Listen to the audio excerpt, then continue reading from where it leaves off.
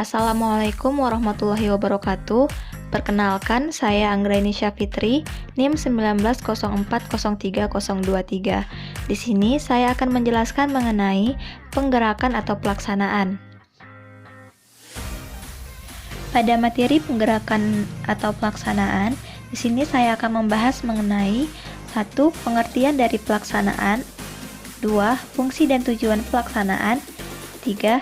Prinsip pelaksanaan, 4. Cara pelaksanaan, 5. Faktor pendukung dan penghambat pelaksanaan, 6. Elemen pelaksanaan, 7. Tahapan pelaksanaan.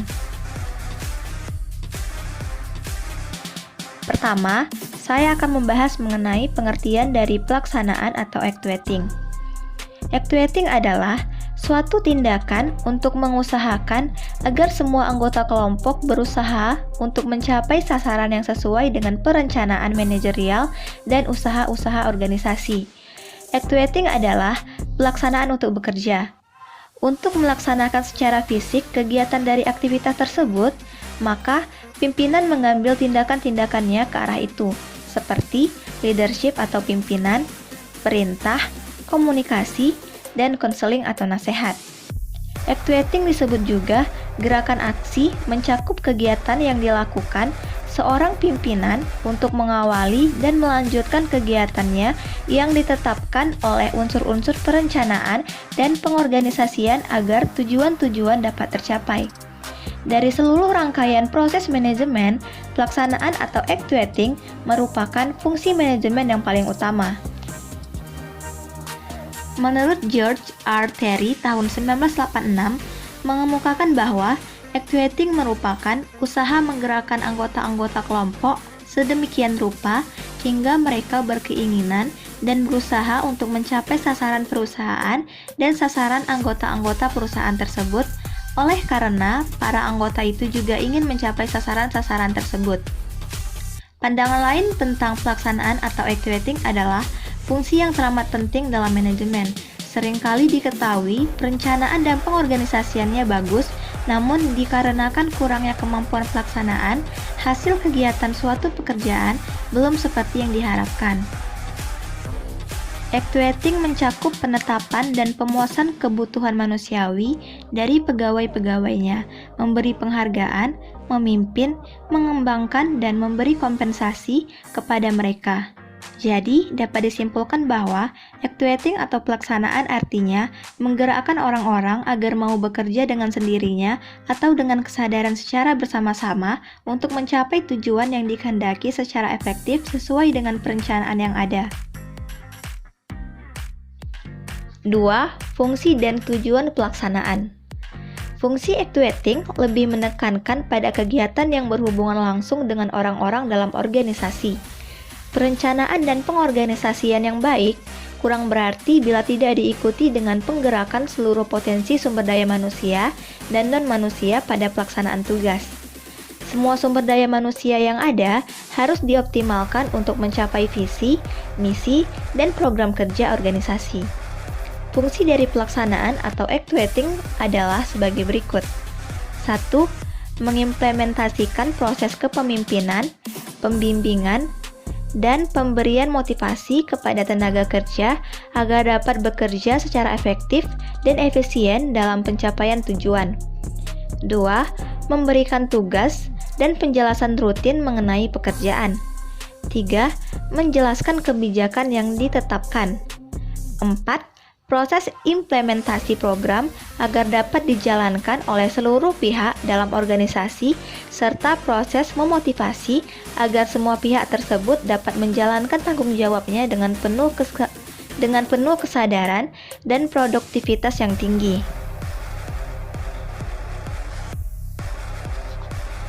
Pembahasan yang ketiga, prinsip pelaksanaan. Fungsi pengarahan atau pelaksanaan ini bersifat sangat kompleks karena di samping menyangkut manusia, juga menyangkut berbagai tingkah laku dari manusia-manusia itu sendiri. Manusia dengan berbagai tingkah laku yang berbeda-beda memiliki pandangan serta pola hidup yang berbeda pula. Oleh karena itu, pengarahan yang dilakukan oleh pimpinan harus berpegang pada beberapa prinsip, yaitu 1. Prinsip mengarah pada tujuan. Tujuan pokok dari pengarahan nampak pada prinsip yang menyatakan bahwa makin efektifnya proses pengarahan akan semakin besar sumbangan bawahan terhadap usaha mencapai tujuan. Pengarahan tidak dapat berdiri sendiri, artinya dalam melaksanakan fungsi pengarahan perlu mendapatkan dukungan atau bantuan dari faktor-faktor lain seperti perencanaan, struktur organisasi, tenaga kerja yang cukup, pengawasan yang efektif, dan kemampuan untuk meningkatkan pengetahuan serta kemampuan bawahan. Yang kedua, prinsip keharmonisan dengan tujuan. Orang-orang bekerja untuk dapat memenuhi kebutuhannya yang mungkin tidak mungkin sama dengan tujuan perusahaan. Mereka mengkehendaki demikian dengan harapan tidak terjadi penyimpangan yang terlalu besar dan kebutuhan mereka dapat dijadikan sebagai perlengkapan serta harmonis dengan kepentingan perusahaan. Semua ini dipengaruhi oleh motivasi masing-masing individu. Motivasi yang baik akan mendorong orang-orang untuk memenuhi kebutuhannya dengan cara yang wajar. Sedang kebutuhan akan terpenuhi apabila mereka dapat bekerja dengan baik, dan pada saat itulah mereka menyumbangkan kemampuannya untuk mencapai tujuan organisasi. Yang ketiga, prinsip kesatuan komando. Prinsip kesatuan komando ini sangat penting untuk menyatukan arah tujuan dan tanggung jawab pada bawahan. Bila mana para bawahan hanya memiliki satu jalur di dalam melaporkan segala kegiatannya dan hanya ditujukan kepada satu pimpinan saja, maka pertentangan di dalam pemberian instruksi dapat dikurangi, serta semakin besar tanggung jawab mereka untuk memperoleh hasil maksimal. Menurut Kurniawan tahun 2009, prinsip-prinsip dalam penggerakan atau actuating antara lain: 1. Memperlakukan pegawai dengan sebaik-baiknya. 2. Mendorong pertumbuhan dan perkembangan manusia. 3. Menanamkan pada manusia keinginan untuk melebihi. 4. Menghargai hasil yang baik dan sempurna. 5. Mengusahakan adanya keadilan tanpa pilih kasih. 6. Memberikan kesempatan yang tepat dan bantuan yang cukup. 7. Memberikan dorongan untuk mengembangkan potensi dirinya. Pembahasan keempat, cara pelaksanaan. Cara pelaksanaan ini digunakan karena pada umumnya pimpinan menginginkan pengarahan kepada bawahan dengan maksud agar mereka bersedia bekerja dengan sebaik mungkin dan diharapkan tidak menyimpang dari prinsip-prinsip di muka. Adapun cara-cara pengarahan yang dilakukan dapat berupa: 1. Orientasi. Orientasi merupakan cara pengarahan dengan memberikan informasi yang perlu supaya kegiatan dapat dilakukan dengan baik. Biasanya, orientasi ini diberikan kepada pegawai baru dengan tujuan untuk mengadakan pengenalan dan memberikan solusi atas berbagai masalah yang dihadapinya. Pegawai lama yang pernah menjalani masa orientasi tidak selalu ingat atau paham tentang masalah-masalah yang pernah dihadapinya. Suatu ketika mereka bisa lupa, lalai, atau sebab-sebab lain yang membuat mereka kurang mengerti lagi. Dengan demikian, orientasi ini perlu diberikan kepada pegawai-pegawai lama agar mereka tetap memahami akan perannya. Informasi yang diberikan dalam orientasi dapat berupa di antara lain: 1. Tugas itu sendiri. 2. Tugas lain yang ada hubungannya. 3. Ruang lingkup tugas. 4. Tujuan dari tugas. 5. Delegasi wewenang. 6. Cara melaporkan dan cara mengukur prestasi kerja. 7. Hubungan antara masing-masing tenaga kerja, dan seterusnya. 2. Perintah.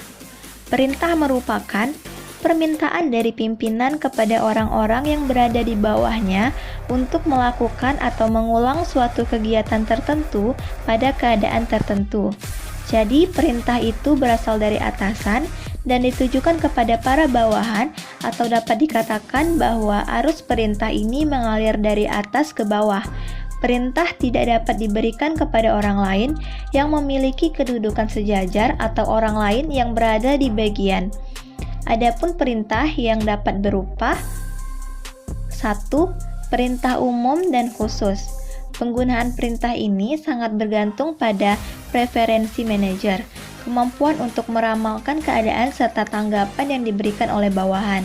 Perintah umum memiliki sifat yang luas, serta perintah khusus bersifat lebih mendetail. 2. Perintah lisan dan tertulis. Kemampuan bawahan untuk menerima perintah sangat mempengaruhi apakah perintah harus diberikan secara tertulis atau lisan saja. Perintah tertulis memberikan kemungkinan waktu yang lebih lama untuk memahaminya, sehingga dapat menghindari adanya salah tafsir. Sebaliknya, perintah lisan akan lebih cepat diberikan walaupun mengandung resiko lebih besar.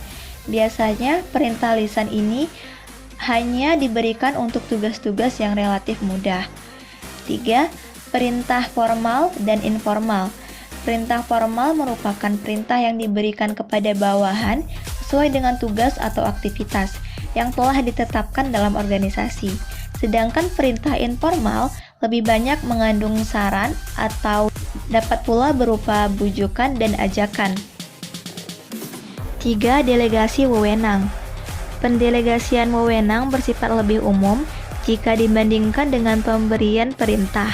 Dalam pendelegasian wewenang ini, pimpinan melimpahkan sebagian dari wewenang yang dimilikinya kepada bawahan. Kesulitan-kesulitan akan muncul bila mana tugas-tugas akan diberikan kepada bawahan itu tidak jelas. Misalnya, kesulitan-kesulitan dalam menafsirkan wewenang. Ini dapat menimbulkan keengganan bawahan untuk mengambil suatu tindakan. Sebagai contoh, seorang kepala bagian pembelian mengadakan perjanjian pembelian dengan pihak penyedia atau supplier. Dengan wewenang yang kurang jelas itu, ia akan menanyakan kepada pimpinan, yang jawabannya belum tentu memuaskan. Hal ini dapat diatasi dengan membuat suatu bagan wewenang untuk menyetujui perjanjian. Setelah perencanaan dan pengorganisasian selesai dilakukan, maka langkah selanjutnya yang perlu ditempuh dalam manajemen adalah mewujudkan rencana tersebut dengan mempergunakan organisasi yang terbentuk. Langkah tersebut adalah actuating yang secara harfiah diartikan sebagai memberi bimbingan, namun istilah tersebut lebih condong diartikan penggerakan atau pelaksanaan secara praktis. Fungsi actuating ini merupakan usaha untuk menciptakan iklim kerjasama di antara staf pelaksanaan program sehingga tujuan organisasi dapat tercapai secara efektif dan efisien. Pembahasan kelima, faktor pendukung dan penghambat pelaksanaan. 1. Faktor pendukung. Yang pertama membahas mengenai kepemimpinan atau leadership. Kepemimpinan adalah kegiatan untuk mempengaruhi orang-orang agar berusaha dengan ikhlas untuk mencapai tujuan bersama. Seorang manajer yang tidak memiliki kepemimpinan tidak akan mampu mempengaruhi bawahannya untuk bekerja, sehingga manajer yang demikian akan gagal dalam usahanya. Sifat-sifat kepemimpinan menurut Howard Koch diantaranya sebagai berikut. 1. Memiliki kecerdasan orang-orang yang dipimpin. 2. Mempunyai perhatian terhadap kepentingan yang menyeluruh. 3. Memiliki kelancaran dalam berbicara. 4. Matang dalam berpikir dan emosi. 5. Memiliki dorongan yang kuat dari dalam untuk memimpin. 6. Memahami atau menghayati kepentingan kerjasama. Yang kedua, sikap dan moral atau attitude and moral. Sikap ialah suatu cara memandang hidup, suatu cara berpikir, berperasaan dan bertindak. Oleh karena itu, sikap manajer akan berbeda-beda sesuai dengan pola hidupnya. Beberapa sikap manajer diantaranya yaitu 1. Sikap feudal atau feudal attitude. Manajer yang mempunyai sikap cara berpikir, berperasaan, dan bertindak sesuai dengan pola hidup kehidupan feudalisme yaitu suka terikat oleh aturan-aturan tertentu yang telah teradat dan selalu ingin penghormatan yang serba lebih. Dengan demikian, dalam masyarakat feodal, di mana sikap anggota masyarakat sesuai dengan pola hidup feodalisme akan sukar lahir kepemimpinan demokratis dari para manajer, mengingat manajer tersebut hidup dari masyarakat feodal. 2. Sikap kediktatoran atau dictatorial attitude. Manajer yang bersikap kediktatoran akan berpikir, berperasaan, dan bertindak sebagai diktator yang mempunyai kekuasaan mutlak sehingga bawahan pekerja akan menjadi sasaran daripada kekuasaannya. 3. Tata hubungan atau communication. Komunikasi membantu perencanaan manajerial dilaksanakan dengan efektif. Pengorganisasian manajerial dilakukan dengan efektif, penggerakan manajerial diikuti dengan efektif, dan pengawasan diterapkan dengan efektif. Dalam melakukan komunikasi dalam manajemen, ada beberapa macam diantaranya. 1. Komunikasi intern, yaitu komunikasi yang dilakukan dalam organisasi itu sendiri, baik antara atasan dengan atasan, atau bawahan dengan bawahan, atau antara atasan dengan bawahan, atau sebaliknya. 2. Komunikasi ekstern, yaitu komunikasi yang dilakukan keluar organisasi. 3. Komunikasi horizontal, yaitu komunikasi yang dilakukan baik intern maupun ekstern antar jabatan yang sama. 4. Komunikasi vertikal, yaitu komunikasi yang dilakukan dalam intern organisasi antara atasan dan bawahan atau sebaliknya dalam suasana formal. Keempat, perangsang atau insentif. Insentif ialah sesuatu yang menyebabkan atau menimbulkan seseorang bertindak. Kelima, supervisi atau supervision. Supervisi dalam bahasa Indonesia disebut juga dengan pengawasan, sehingga suka timbul kekacauan. Pengertian dengan kata pengawasan sebagai terjemah dari kata kontrol. Menurut teori, supervisi ialah kegiatan pengurusan dalam tingkatan organisasi di mana anggota manajemen dan bukan anggota manajemen saling berhubungan secara langsung. Dengan demikian, supervisor cukup berat karena harus dapat menemukan kesalahan-kesalahan dan memperbaikinya serta memberi petunjuk untuk menyebabkan sesuatu pekerjaan dan memberi nasihat-nasihat kepada pegawai yang mengalami kesulitan. Keenam, disiplin. Disiplin ialah latihan pikiran, perasaan, kehendak, dan watak untuk melahirkan ketaatan dan tingkah laku yang teratur. Jenis disiplin ada dua. 1. Self-imposed disiplin atau disiplin yang timbul dengan sendirinya. 2. Command disiplin atau disiplin berdasarkan perintah. Hal-hal yang perlu diperhatikan manajer dalam fungsi penggerakan yaitu 1. Manajer harus bekerja lebih produktif. 2. Manajer perlu memahami ilmu psikologi, komunikasi, kepemimpinan, dan sosiologi. 3. Manajer harus mempunyai tekad untuk mencapai kemajuan dan peka terhadap lingkungan. 4. Manajer harus bersikap objektif. Kedua, ada faktor penghambat. Kegagalan manajer dalam menumbuhkan motivasi stafnya. Hal ini terjadi karena manajer kurang memahami hakikat perilaku dan hubungan antar manusia.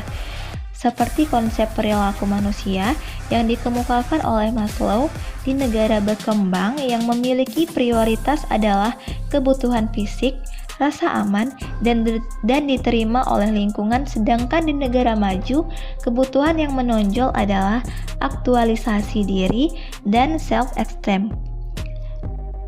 Perbedaan tersebut juga akan berpengaruh etos kerja dan produktivitas kerja. Keenam, elemen pelaksanaan. Berikut ini adalah beberapa elemen penggerakan atau actuating dalam manajemen. 1. Koordinatin adalah fungsi yang harus dilakukan oleh seorang manajer agar terdapat suatu komunikasi atau kesesuaian dari berbagai kepentingan dan perbedaan kepentingan sehingga tujuan perusahaan dapat tercapai. 2. Motivating merupakan salah satu elemen penting dalam manajemen perusahaan. Dengan memberikan fasilitas yang bagus dan gaji yang cukup, maka kinerja para karyawan dalam perusahaan pun akan optimal. 3. Communication Komunikasi antara para pimpinan dan karyawan sangat diperlukan untuk mencapai tujuan perusahaan.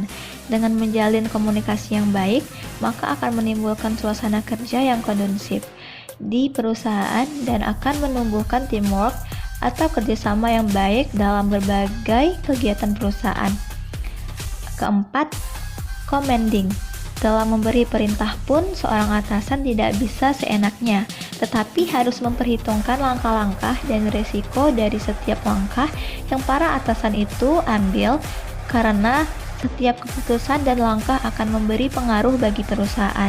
Dengan pengarahan yang baik dari para atasan dengan visi dan misi yang jelas dari suatu manajer perusahaan dapat menimbulkan efek yang positif untuk perusahaan itu sendiri.